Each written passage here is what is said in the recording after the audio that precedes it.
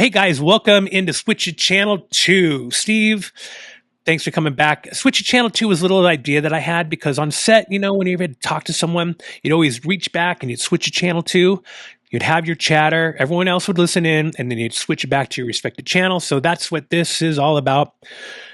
Welcome to Switch It Channel 2, Steve. I just have like a few random questions for you I'm going to ask. What's First for one, I think, lunch? what's for lunch? That's normally what you get asked on Channel 2, isn't What it? would you, yeah, that's right. You're so right. Hey, no, he's like, is Donnie, switch to Channel 2? I'm like, yeah, go for Donnie. He's like, Donnie, I'm out of chonies. Do you know what happened to my laundry? It's probably still down in Mexico. But yeah, no, this is just a fun little chat about anything we want. But the first thing I want to know, and I think everyone else wants to know, is how you got started in this industry. Right.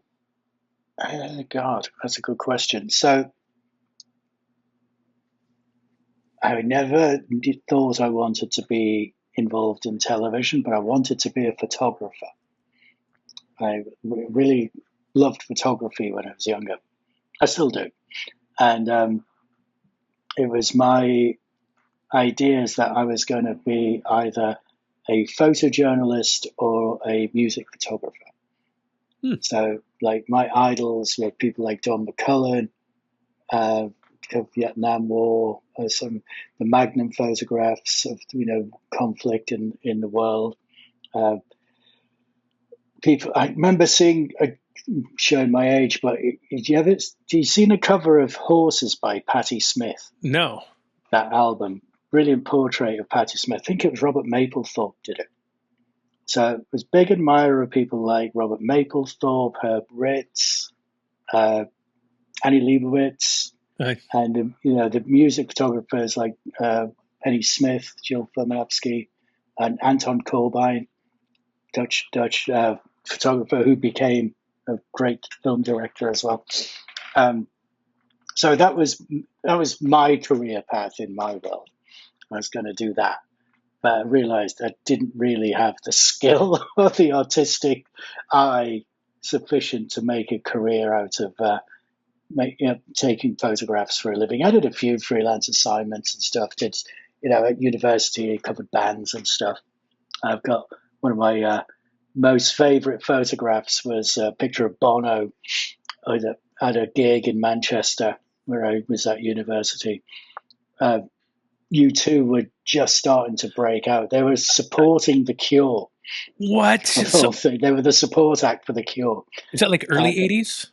Early 80s, yeah. Yeah, wow, okay. And I got this picture of Bono who's like giving it loads in his big frilly white shirt and his leather pants.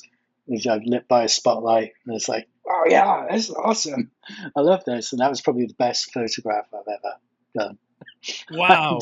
Maybe the only. But yeah, I love landscapes. Stuff. Ansel Adams is great, great inspiration to take pictures like that, which I never got anywhere near.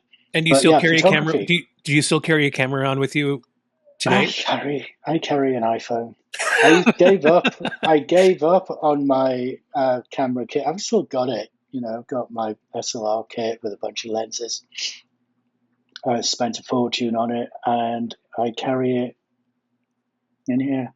It's like Andy Warhol. Andy Warhol always carried a little Minox miniature 35 camera, and that's how he took a lot of his pictures in these little sub-miniature 35mm cameras.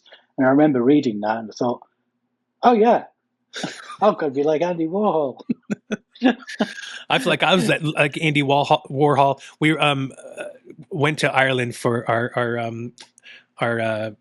honeymoon years ago, 24 years ago, and my wife fell and twisted her ankle, and this was at the beginning of the trip, and so we get and when she fell, the camera that she had, the Canon Rebel, whatever we had, broke. So we were without a camera the rest of the trip. So we had to buy a little wind-up, 35mm wind-up.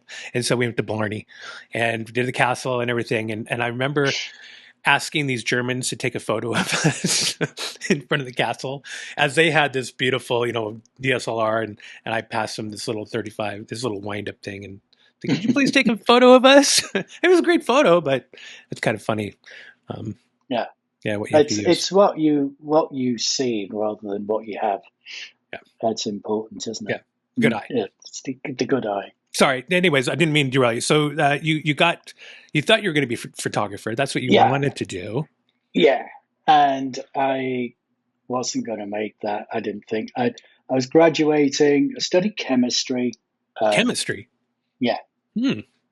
yeah. Good degree for a budding photographer. Good for manufacturing recreational drugs. Yeah. It wasn't quite the Walter White of my faculty, but Oh, that's I awesome. understood. I understood the theory. Um, yeah, there was an advert in a newspaper, in the Guardian newspaper, for the new generation of video technicians, and it said that you had to have some sort of creative ability and a science slash engineering background. And I thought, oh, that fits. That I fit that bill. I'm a scientist, and I've got some sort of creative ability with my photography. So I applied, and I sort of got the train down to London with my portfolio of photographs, and interviewed for this job at the BBC, and I got it. It was basically the career path was going to be an online editor. Hmm. So that was you were. It was back in the day when everything was tape. It was before digital formats, any digital formats. So we were learning how to use 1-inch tape. So the Wow. old That's amazing. I mean, Ampex tape machines. people, it blow people's, mine, it would blow my mind too, trying to figure out how to use that. And I think about people splicing and using tape. I Mm-hmm. mean, just using film, Oh yeah, it's yeah. such a leap that we've gone from using film to Mm-hmm. digital files. Sorry. Oh, totally. Yeah, I mean, it's a total transformation. But yeah, that was the thing. But the best thing that happened was I got a job at the BBC because BBC training was phenomenal. It was like doing a degree, almost like going to a film school but on a Wow. technical side. It was over a 3-year period. We did part residential, part on the job in London. So I got a thorough grounding in everything from cameras, lights, camera lighting, lenses, tape operations, script writing, Damn. everything. Producing, floor managing. Like we did it. We were given the whole sort of gamut of TV production. And even ended up, we had to shoot a bunch of stuff on tape and on film. Actually, had to make a short film on 16 and cut it on Jeez. 16 mil and all that stuff.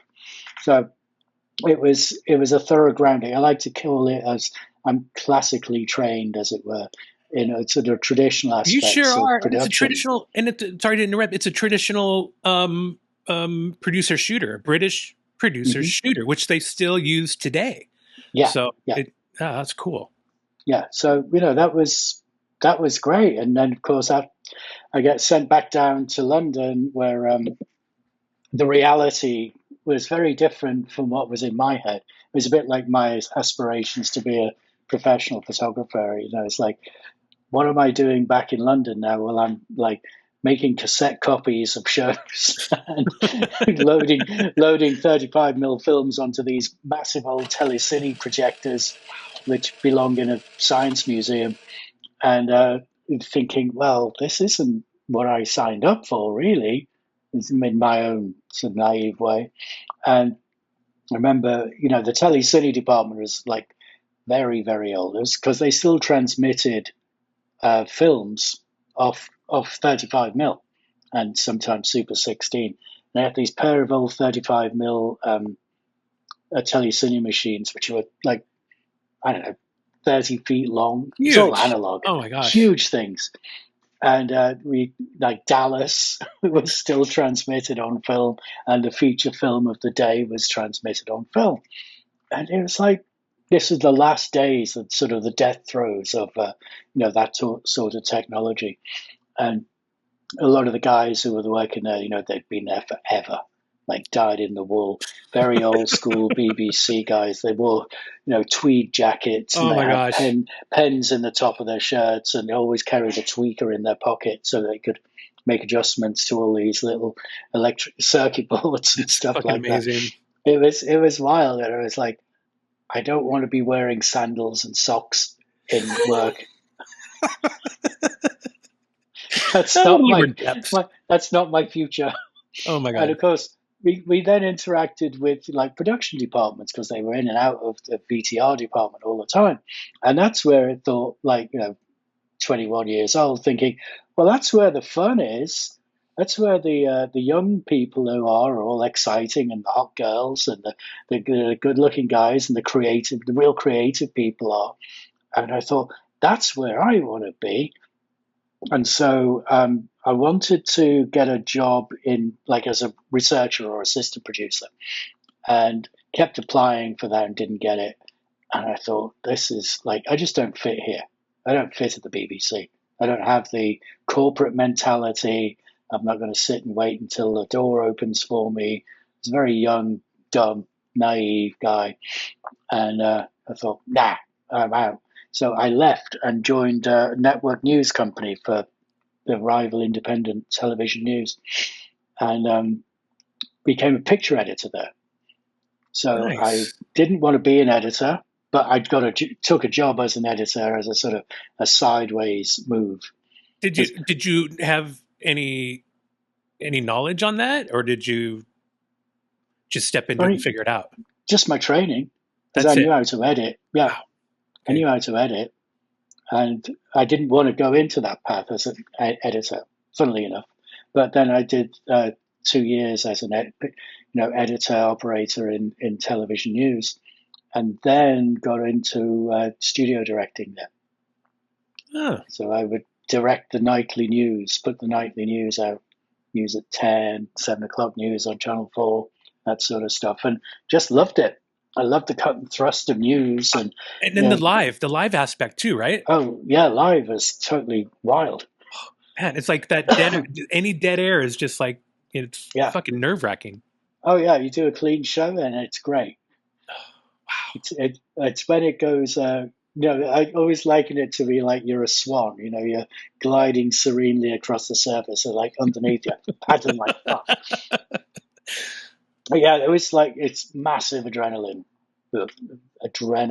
rush every night you go on air, and it's like Wow. crazy. But we did some really cool stuff. There was like you're you're witnessing history. As Ben Bradley, was it, who said that in the Washington Post? It's the newspaper. It's the first draft of history, and we felt like we're the first draft of history. We're making the news, Wow, that's so cool. telling, giving the message to the nation. As before news, it was when news meant something. Right? It When you wasn't turn in, it the wasn't stuff you get. opinions. It was fucking It's not facts. It was entertainment. news. No, Yeah, it was it's like this news. happened. People Rain trusted came it. down from the sky today. Yeah, yeah. Yeah. People trusted it, and they turned on to it, and that's where they got information from. So, we were very proud of that. And, like I said, we did some huge events. I was in Berlin 3 days after the wall came down. No shit. What was Yeah, that like? That was amazing. that was wild. Yeah, it Yeah. was just crazy. I still got a bit of wall somewhere. I have a little piece. I had a buddy Yeah. that was there, stationed over there, and he gave me a Hmm. piece. Yeah. Yeah, so that was that. And after a while, it's like I started to think, well, telling the story in a minute 15 is great because it's a great discipline. But I wanted to do more long form stuff. And so we spent some time sort of directing, producing. There, I left and went freelance and started to make little observational follow doc series in sort of around the country. Did things with like ambulance services. Did a thing about a horse racing trainer. I did a thing about inside the workings of a big hotel, stuff like that. That's And then got cool. into it was fun. It's like this is what I want to do. Is like tell people's stories, but in a bit more of giving them their voice more. And what were you filming on? Beta, Digibeta. Yeah. That was then. And then not long after that, I got into DV formats. So we were shooting on, was it VX1000s? PD150s? PD150s. You Yeah. know, it's so funny you say that because it seems like, oh shit, Simon Fanthorpe is he has the market on those, and early, I don't know, 15 years ago, when anyone would come over, they'd still want to film on those, and so we'd always rent them from him. So it's kind of funny. I worked with him like 30 years ago in LA. Fucking Simon, I got to get him on the show. He's like a staple. I don't know. I can't remember maybe it's Top Gear we worked on early Oh on. yeah, yeah, You he know, did Top Gear, didn't he? you know. Well, he took me for the best Indian meal I've had in LA, and I still think about it now because I can't remember the name of the Indian restaurant. Oh my It gosh, was really, really good. was it out in out by where he is out in the up by I think Studio City or something out there? I think it was in Santa Monica, but I might be wrong. Ooh, okay, like Samosa House. No, it's not Probably Samosa not. It's House. probably 30. What am I saying? It's 30 years ago. It's probably in there. Yeah, no, But it's probably well gone. But I do remember it was a great Indian meal. fucking Simon. Simon is so funny. He was like, one time, a quick Simon story before you go back to your journey of how you got here. We were on a shoot and he was late. He slept in, and so I'm ringing his room, and he answers the phone and he's like, "Hello." I'm like, Simon. I'm like, it's 8 o'clock. He's like, oh fuck. And then he got the phone, got ready, and disheveled, and just classic fucking Simon, man. Love that guy. That's funny. Yeah. Oh my god. Yeah, so back into like my career path, after I'd done making sort of documentaries, occupational documentaries for a while, I went back to the BBC as a series producer, which is kind of like showrunner, almost showrunner thing, for a show called 999, which was like a copy of Rescue 911 that you had here. Mm-hmm. And it was all about, people having near death experiences and dramatic rescues and stuff like that. It was all recreations, all dramatic reconstruction. And that was a huge blast. And with the thing is, what they used to do is like, they were done as like really bad drama. I don't think anybody would mind me saying that. When it was started, it's actually quite good, but then it just turned into very poorly executed, bad drama by directors who wanted to do drama but didn't really know how. And I was brought in to give it a bit of a facelift and a revamp. And I said, well, I'll do a documentary style. I said, well, how can you do that? I said, well, we'll do it documentary style. We don't Just have what I to said. block it like a scripted drama.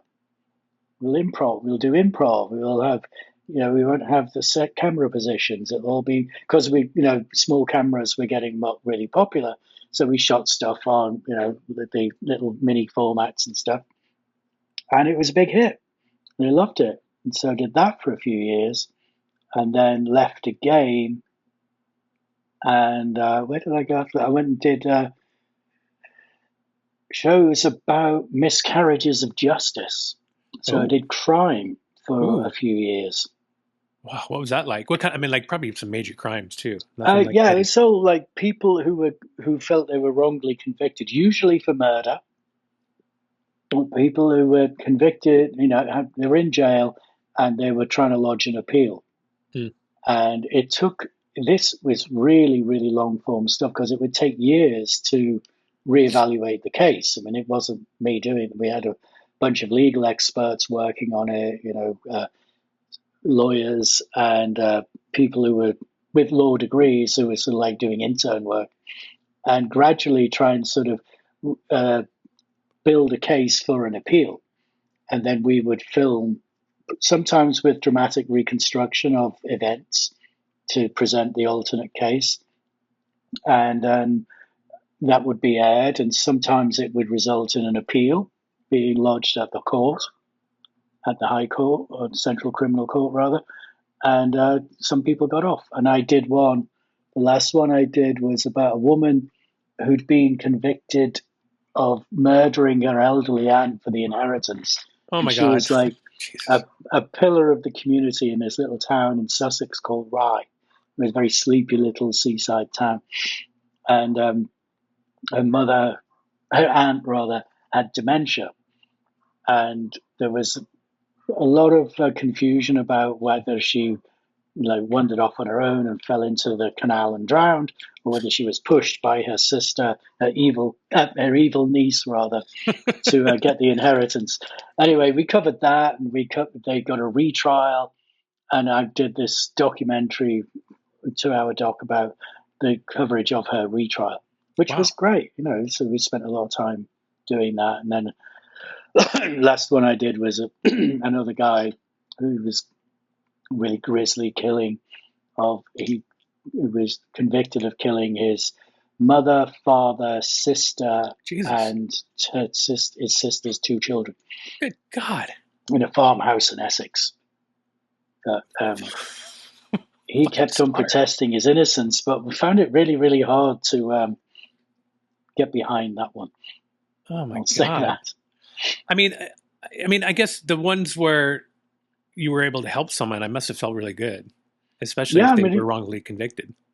felt like we were doing, something that made a difference. Yeah. It was, yeah, it was entertainment because you're making it for TV, but I suppose that's part of the training at the BBC. It's like, you're a public service. You're doing this as a public service, even though it's entertaining. And so it was very much in the public service thing, it's like a campaigning journalism. Wouldn't it be nice if there was a company that did that in today's world? You know? Yeah. Well, funnily enough, the company that I worked for that did that, they were incredibly successful. They won multiple awards. They were given a massive retainer by Channel 4 to produce investigative journalism shows. And the following year, they pulled all the funding.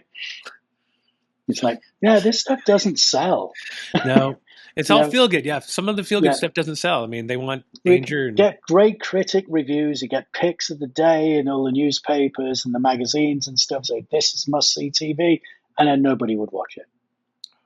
classic, And that's it. classic, classic. Like some of the what shows, like critically acclaimed shows that are just amazing that don't have an audience, and then they Hmm. fold, they go away. Like Yeah, Arrested Development. You know, yeah, yeah. so sad. Okay, all right. It's So it's sad, but that's it. It's commercial, it's TV, it's entertainment. So my campaigning journalism days were sort of dealt a bit of an abrupt hit there. So what did I do after that? I moved to Bristol and started doing nature stuff, and so in that was Bristol, yeah. what kind of nature's in Bristol besides the coast? Oh, well, the Natural History Unit, BBC Natural History Unit, is based in Bristol, Oh, and gotcha. because of that, there's like many offshoot like little indie companies, and there's who produce nature docs and nature adjacent stuff, Hmm. and nature adjacent and adventure, and there's a real skill set there of people who are, really um, competent in international filming and remote locations and all these wild places, whether it's filming gorillas or snow leopards or people. They know their shit. And I thought this is a good place to be, and so did a few things. I did first show for Animal Planet there, and then I heard about this guy who was doing really well. He just launched this season of survival shows. This bloke called Bear Grylls, and my mates were working on the show who I hung out with, and they said, "Oh, you should come and work on this." And I was Any, like, what any "Yeah." mates? Any mates that I know? Duncan. Duncan Gowden, Yeah. yeah, Dunk Um, was there. Dunk was there. I know. Danny Kaye, I know him. I know Rupert Rupert, worked with them early on the yeah. French Foreign Legion one. Oh, the Escape to the Yeah. Legion, yeah.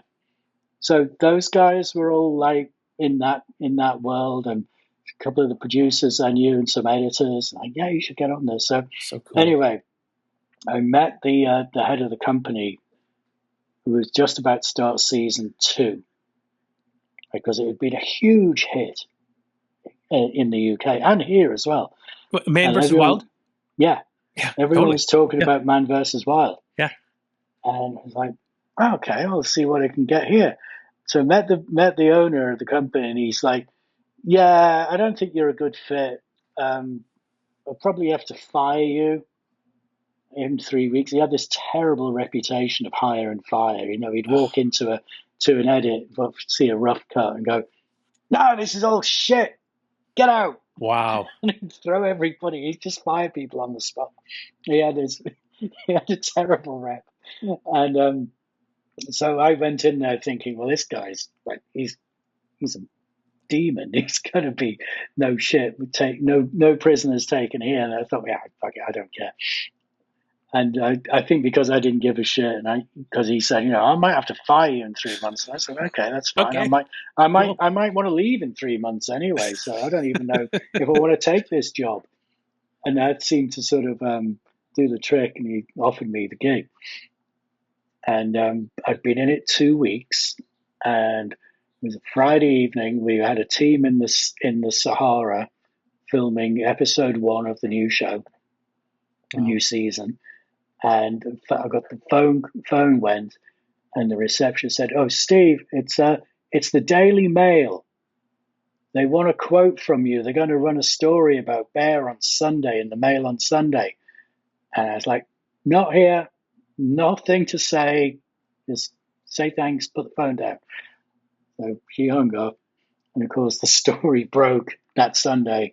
Bear Grylls stays in hotels. Bear Grylls Oh, eats blueberry muffins. Bear Grylls is not the real deal. He doesn't stay out. Blah blah blah blah blah. And that whole scandal just blew up. oh, And fuck. it's weird when you think back on it. This is when was this? Like 2008 or something. And like reality TV was very much a new thing. Yeah. And when people thought of reality TV, they thought like Big Brother and stuff like that. It was before the whole swathe of reality TV sort of took over. And so this scandal broke, and of course, Bear was like, we brought him home, and then my boss, who's like, he's saying like, you got to burn all the call sheets. You got to kill, get rid of all the schedules, delete everything, like set fire Jeez. to stuff. It's like, no, this ain't gonna happen. And so the scandal broke, and it was like Bear was in big trouble, and even Gordon Ramsay got pasted over this because he was supposed to have caught a fish on a fishing boat and didn't catch that fish that he cooked. It was like there was so much scrutiny on TV for fakery and construction of stuff, and it was before constructed reality was a genre of its own. Anyway, we had to do this big audit, a massive audit on the show and how we could make it compliant, which took several months. And in the end, it wasn't actually much. It was basically a language tweak.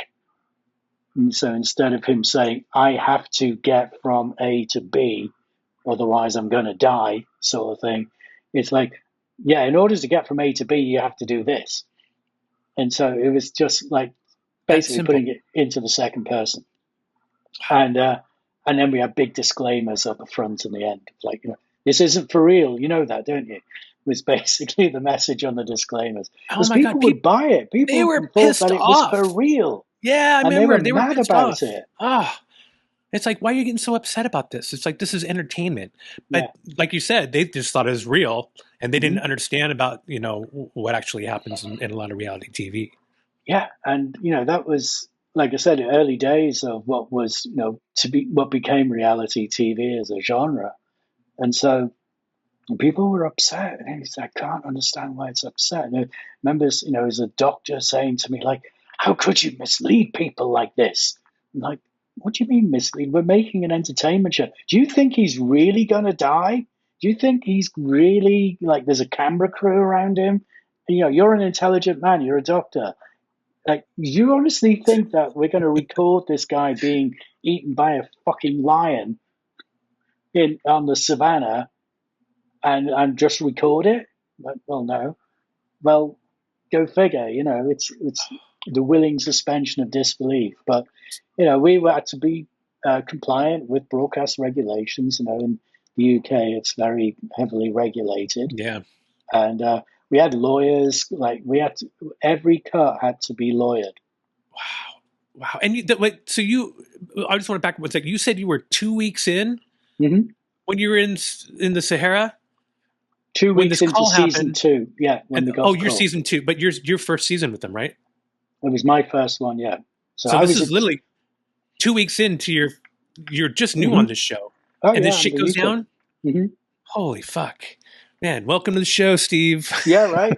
We got a shitstorm for you to settle out. Here you Yeah, go. there you go. Oh my Here's your god. shovel. Off you go.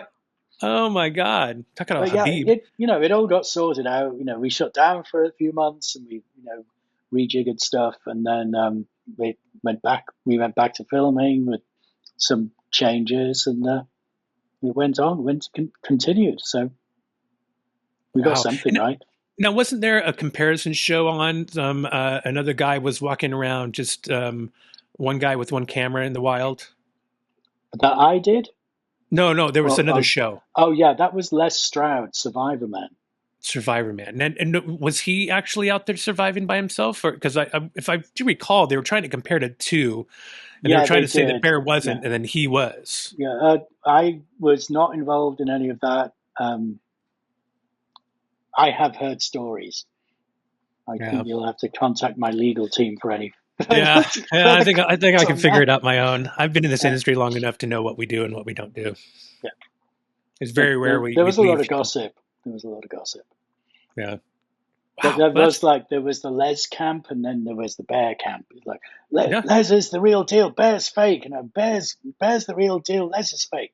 The one thing I will say about Bear is, like, he's the real fucking deal when it comes to doing crazy shit, jumping out of Hmm. aircraft, and climbing up mountains and doing really insane stunts. Basically, he would I would say that. always go one further than we I were say whenever I comfortable watch a with. show of his or any cuts or anything of Bear, it's like, dude is amazing. I like to take pride that I can drive just about anything. I used to drive trains, I can drive tractors, Hmm. on set, no problem. I'm there.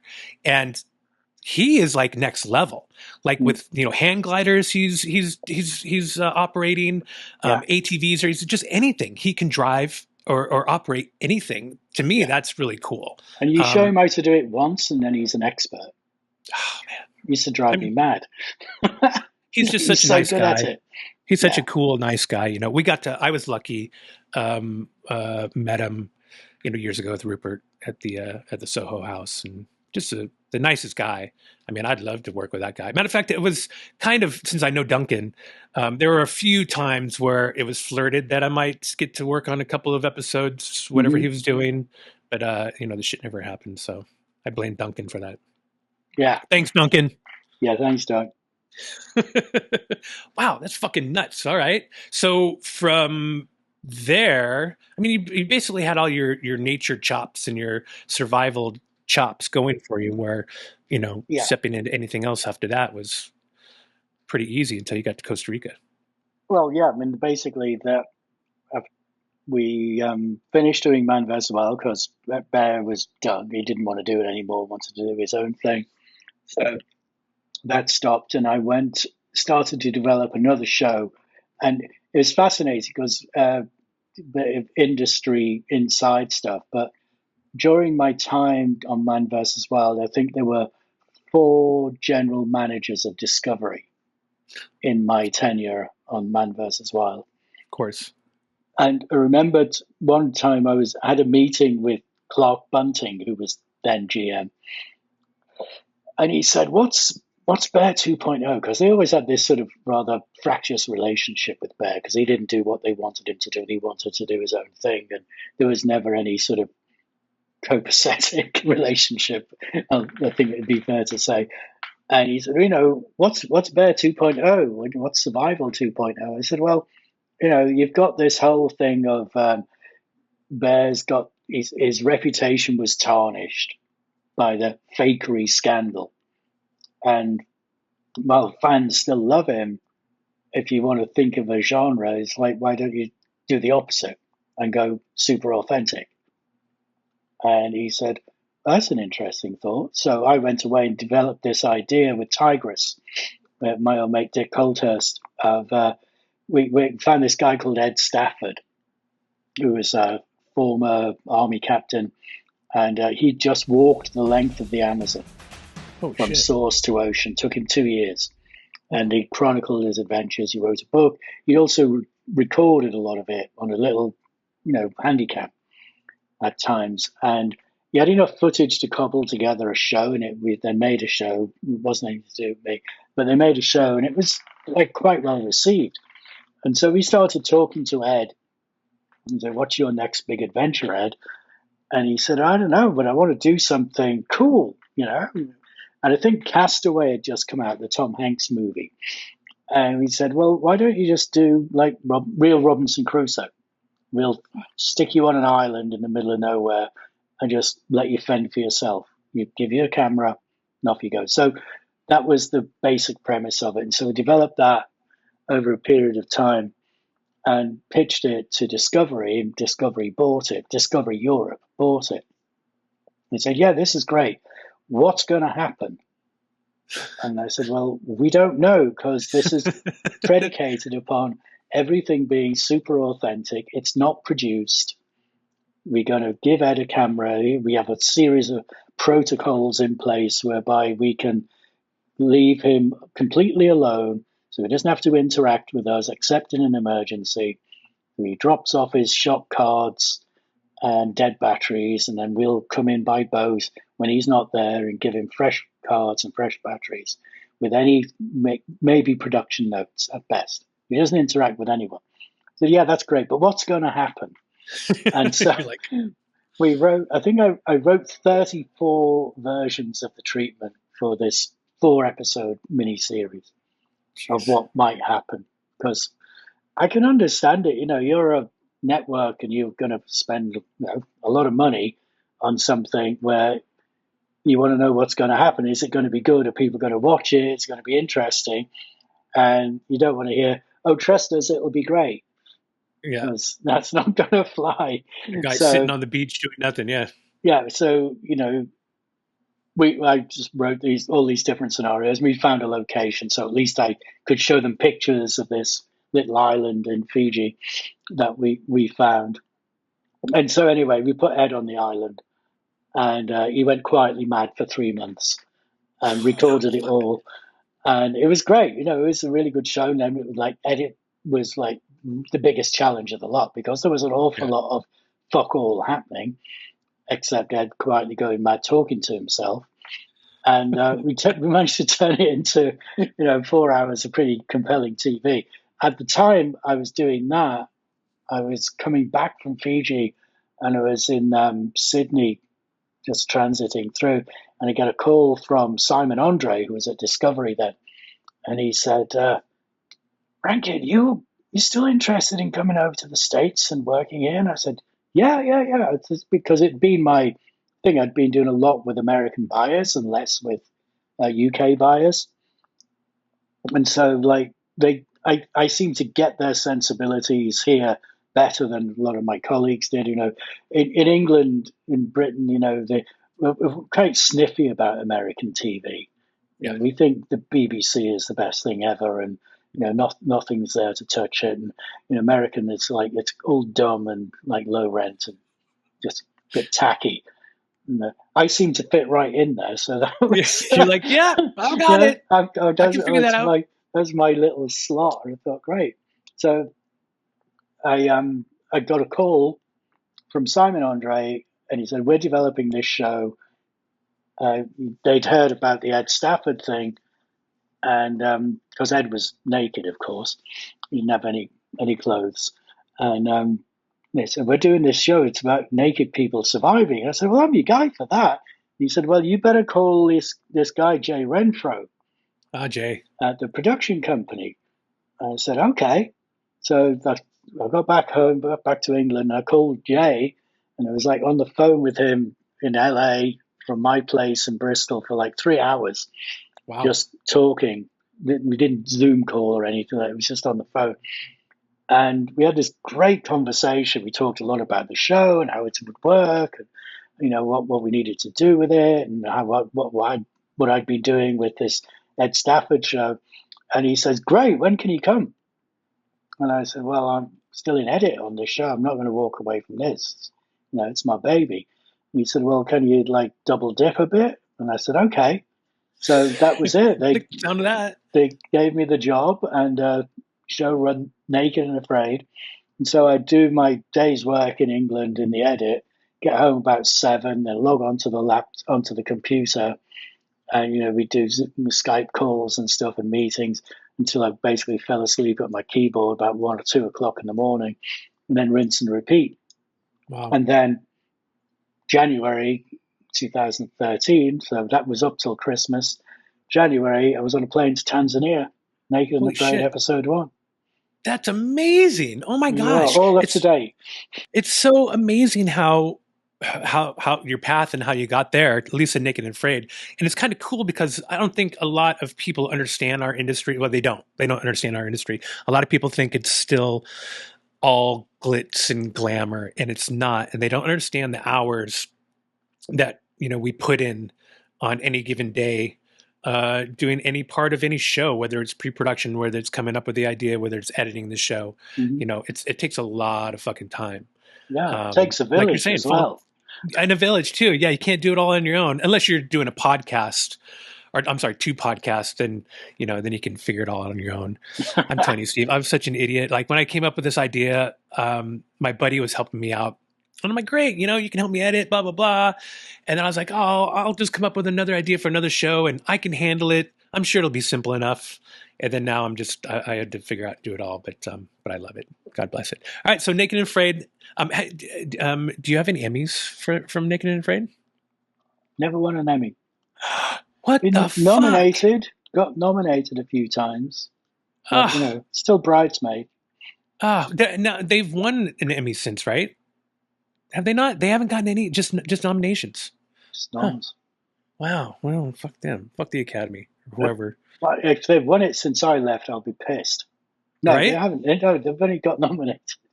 You're like, no, you guys fucking better not have. Yeah, all right. So you mentioned Box to Box. Right.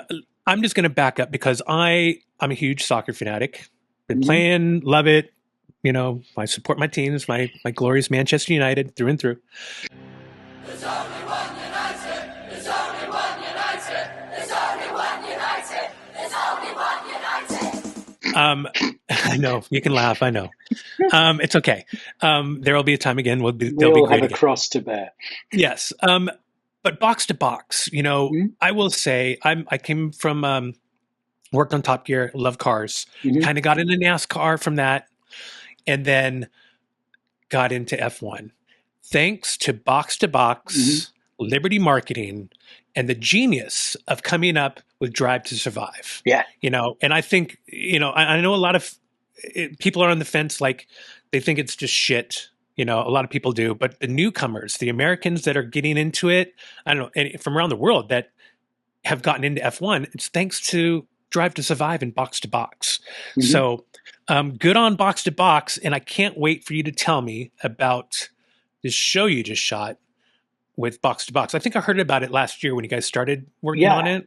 Yeah. Well, so basically, I left Naked and done a bunch of other things since then as well.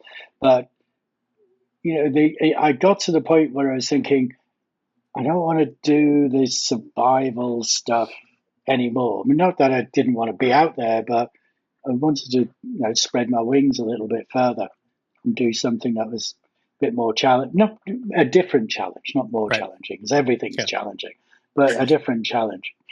And so I started looking around, and of course, genres come and go in popularity. I mean, male skewing TV a few years ago was all survival adventure. That's all it was. Alaska, Texas, Montana. Texas, swamp people, loggers, gold, naked survival, blah blah blah. It's all like that was Guy TV, and that was before like sports docs and sports adjacent docs Yeah. really started to take off. And I remember Drive to Survive starting, and I've always been a Formula One fan. I loved F1 since I was a Fucking kid, love it. and Lucky. always been in, followed the Grand Prix season, and I saw this thing coming on Netflix, and I thought, I wonder what that's going to be like. And knowing what F1 is, it's a multi-billion-dollar business. How much? What's the access going to be like? How, this is my critical hat on. I was being a little bit. I was prejudging it basically. Well, I mean, rightfully so, because Bernie Ecclestone didn't release any footage. He wouldn't let he wouldn't have let this happen. No, they wouldn't have. Never would have happened Never. under Eccleston. And Liberty Media, like you say, a bit more savvy on that. And they got into it, and I watched it, and I was really pleasantly surprised because it felt like you were behind the scenes.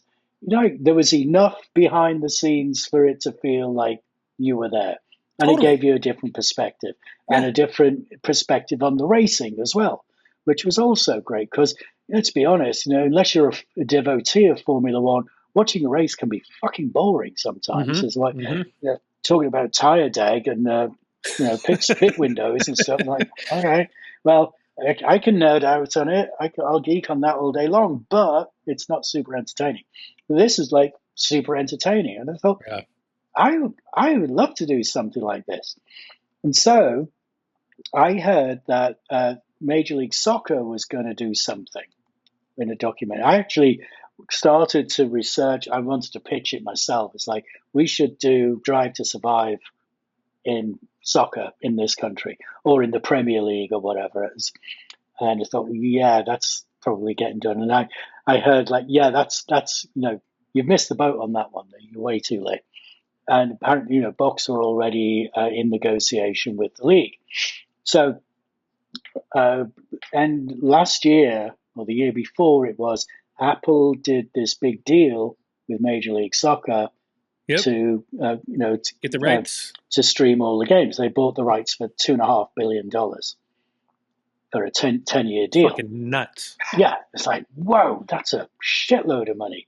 And then a few weeks later, I hear, oh yeah, and they're going to make a documentary series. It's going to be like Drive to Survive for Major League Soccer. And it's like, I want in. I want that. Fucking massive lucky. soccer fan myself, and I thought, you got to get it. So my agent, God bless him, got me the interview, and I met Paul Martin, met James, and interviewed for the gig, and it sounded great. It's like, well, it's 8 shows behind the scenes. We've got to, you've got to work with the league, and you've got to work with Apple. You've got to sort of thread the needle there, and we're going to make really great shows. And I was like, did they give you the access that that Netflix? I'm sorry, that that Netflix or Box to Box got from F1. The same kind of like, where you're just documenting behind the scenes, but a lot of the footage you're getting from MLS and it was a hybrid in that respect. Yeah, I had several meetings with the league because it was a big deal for MLS as well. They had, they were working with one of the best production companies going, certainly in that genre. F1 Drive to Survive is a great calling card. And the aspiration for the league was that, we want this to do what Drive to Survive did for F1 in the States. Because soccer in the US is getting more popular, but it's still way, way behind Major League Baseball, basketball, NFL, hockey. It's still like the Cinderella of the sports world. In when you talk about numbers and money and viewers and fans and stuff like that, but it has a very, very strong, loyal fan base. Yeah, and then Messi, of course, Messi had just arrived. The Messi effect, and the Messi effect was, having quite sort of big, ripples around, and we thought this is going to be awesome. So basically, end up like we got the gig, great. So off we go, and start to negotiate access. Now, we had access from the league.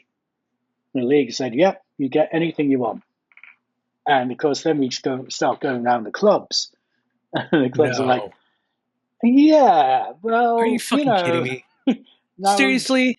John Garber might have said this is all good and cool, but we're not super happy with it. And so we are threading the needle there. So we're constantly negotiating with clubs, with the marketing department, the sporting department, before you even get to the players and the people you want to talk to, the players and the coaches and stuff.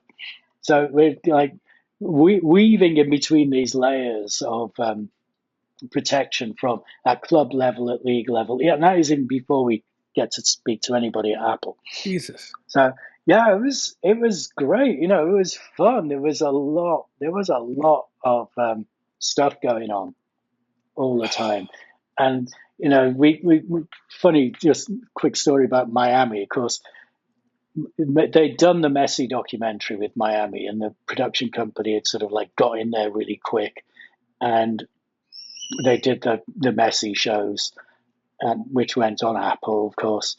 And because we have a meeting with Inter Miami up in Fort Lauderdale with the marketing comms department, because they've all got Wait, very sophisticated was operations. was one of the guys Michael Ridley by any chance? Yeah, Mike Ridley, yeah. Lord, so a good friend of mine. I coined him being called Lord Ridley Lord Ridley, yeah. years ago when he used to live in LA and we played a lot of soccer together. We played on a men's team. Oh, right. And I love that guy. He's such a I don't know. Maybe it was a different relationship. Hopefully, he Mike was cool great, with you. but Okay, good. he wasn't there for long enough. I know. Now he went to USL and now Mhm. he's with Atlanta FC. He's at Atlanta now, is he? Yeah. Oh, cool. So yeah, just quick story. Miami. It's like, okay, we all sat in the room. Mike's there. The head of communications is there. The head of sporting there. Blah blah blah. And he was like, yeah, well, we did this Messi documentary, and it frankly, wasn't a very good experience. And we said, understood. It's not always that easy, and we appreciate that you're, opening the doors and taking the meeting with us. And basically, with Paul Martin in the room as well, we said, listen, we're not actually interested in Messi. And they were like, what? Like, we don't want. We're not trying to sort of backdoor this into getting access to Messi, because we know how difficult that can be. He's very private. He's done his bit. He's done his stuff, and it's not about that. It's about what's happening with the club, and he's a part of it. But we can't get into the locker room to film with players, or we can't get into the training camp to film with players and coaches unless he says it's okay. Because if he says it's not okay, nobody's coming in. Wow. So we had round and round the houses with that. And eventually we got in. We got in when they lost to Atlanta in the playoffs. Atlanta knocked I remember them that out. game. Yeah, Yep. we covered all games, all three. But we did not get in the locker room on the last night. I bet not. Understandably. But we did get into Atlanta. But yeah, I mean, it was great. We only did like 10 teams because we couldn't cover everything. So each episode is kind of focusing primarily on one club, on a couple of characters in one club, and then how their season unfolds. But I think the biggest challenge creatively was trying to make something that was compelling as a standalone without it being the story of this club's season, or the story of this club's the history of this club. I will say throughout the seasons, and I'm sure you've seen them too with Drive to Survive, I don't care for how how they're doing it now, where they're focusing on one team and then you keep going back to the same race with each racer. I liked when they would bounce around. I liked when they were, instead of just focusing on one team for that episode, they were bouncing around to other teams and a race. And I guess Yeah. focusing more on that time period of that race and then moving on to the Mhm. next one or a couple races or whatever. I kind of like that format. So how do you feel that following the 10 teams, since you know Drive to Survive, how do you think that will do as opposed to following, you know, the league and multiple teams or whichever Yeah. team has the biggest story? I think if you want to do something that's going to make people who are not necessarily interested in football, soccer, want to watch it, it can't be about soccer. Yep. It's Yep. got to be about the people, Yep. and it's always got to be about the characters. And therein lies the tension, because you got the two extremes of, like, Apple will want you to tell the story of from the celeb's point of view. They want to see Will Ferrell at LAFC. They want to, see Magic Johnson. They want to see, they want to see, the big names. They want the A-listers who are involved, and they want to see Matthew McConaughey in Nashville. The league want you to tell a very detailed story of how this league is really going places, and the clubs want you to show how great they are, and that's it. Yeah, neither of those two things people care about. Just like going back Right. to, they want to know, they want drama, they want people, They they want want drama, like yeah. something that's going to bring them in. Because if they're not And soccer fans to begin with, they're not going to go and watch this just for the soccer. They're and going to go it's a for the drama. huge ask when you think about it. It's like, yeah, we go in there like, yeah, we're going to have like bust ups in the dressing room. We're going to have the Alex Ferguson kicking the boot at Beck's scenario. That's like, in our fevered imagination, that's going to be like the gold dust of what the access is going to look like. And then we're going to have, players like vomiting outside nightclubs at 3 a.m. night before a game, stuff like that. Of course, the reality is very different, but that's the sort of things that we were sort of aiming for. And at the end of the day, these are all professional athletes. They are very focused. They're very diligent, and they work really fucking hard to be good at what they do.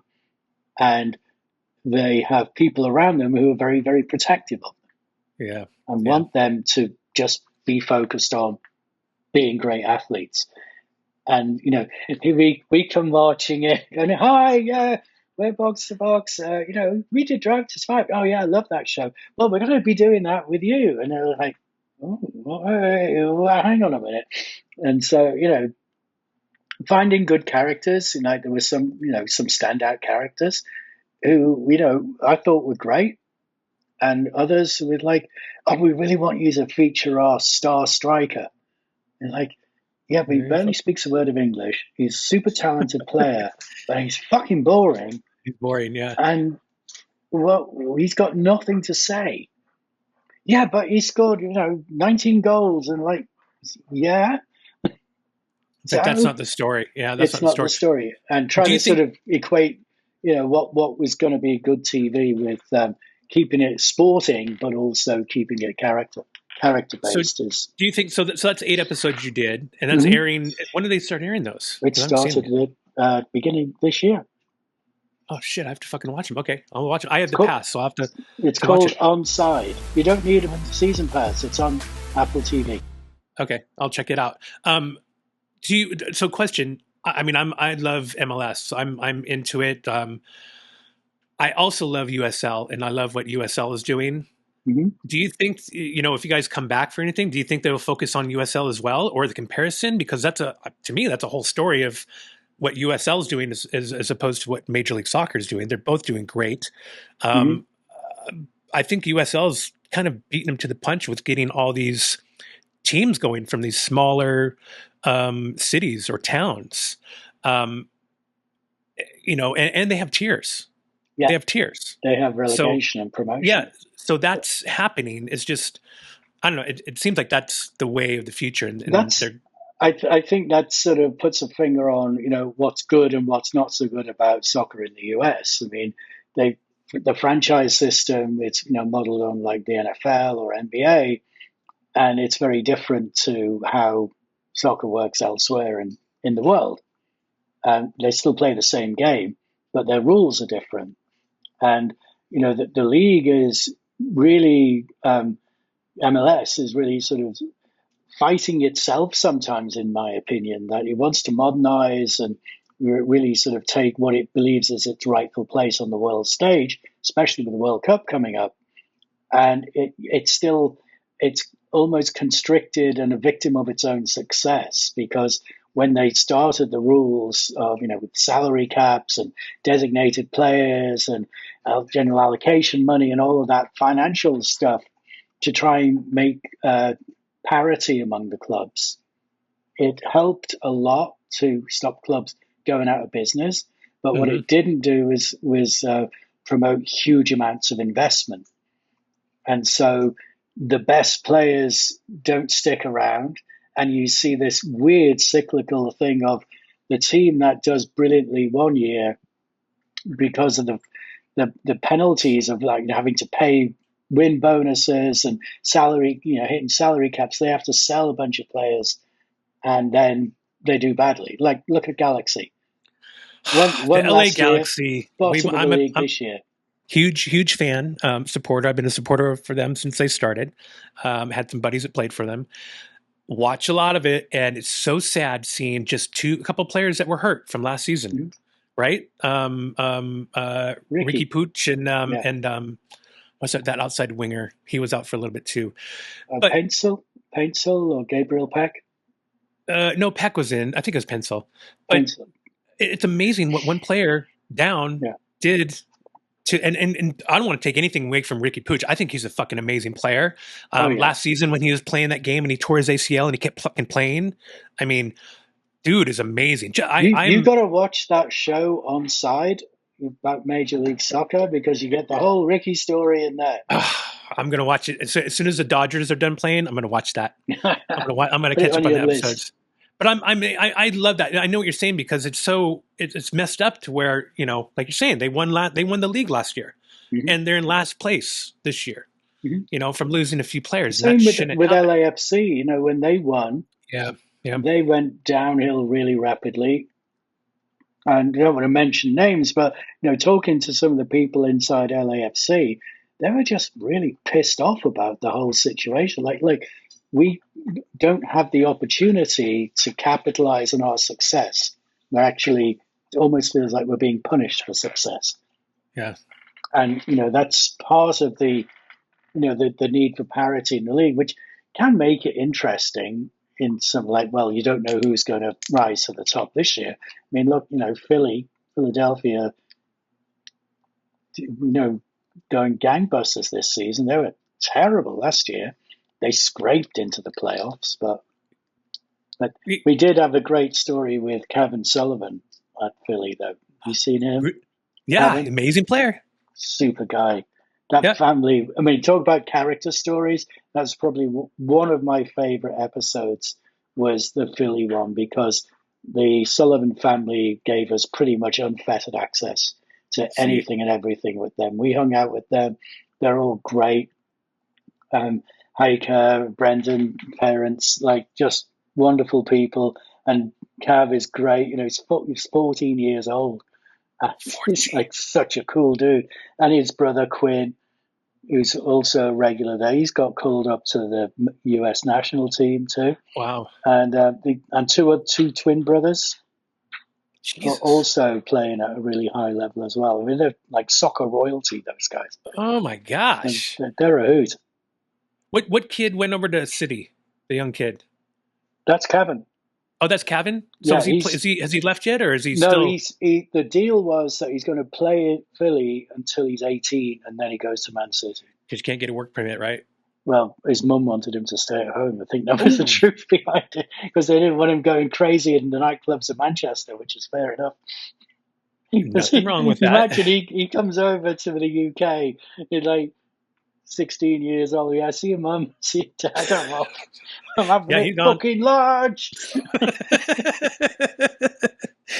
Oh, I can't wait to see that kid. I mean, he's phenomenal, and that's a cool thing about, I hate to keep talking soccer. I know we're running past our time, but I think, I said this years ago. I said, I used to coach soccer as well. I think the youth system that we have in the US was shit.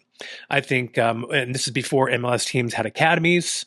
Brad Friedel, I think he was one of the first guys to come and create an academy in Ohio. And then I think I had the Adidas Academy in Florida.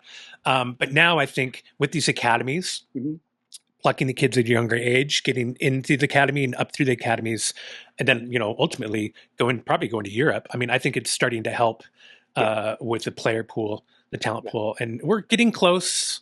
And it's nice seeing the U.S. men's national team with such a large pool of very talented players to pick from, finally, instead of just having 18.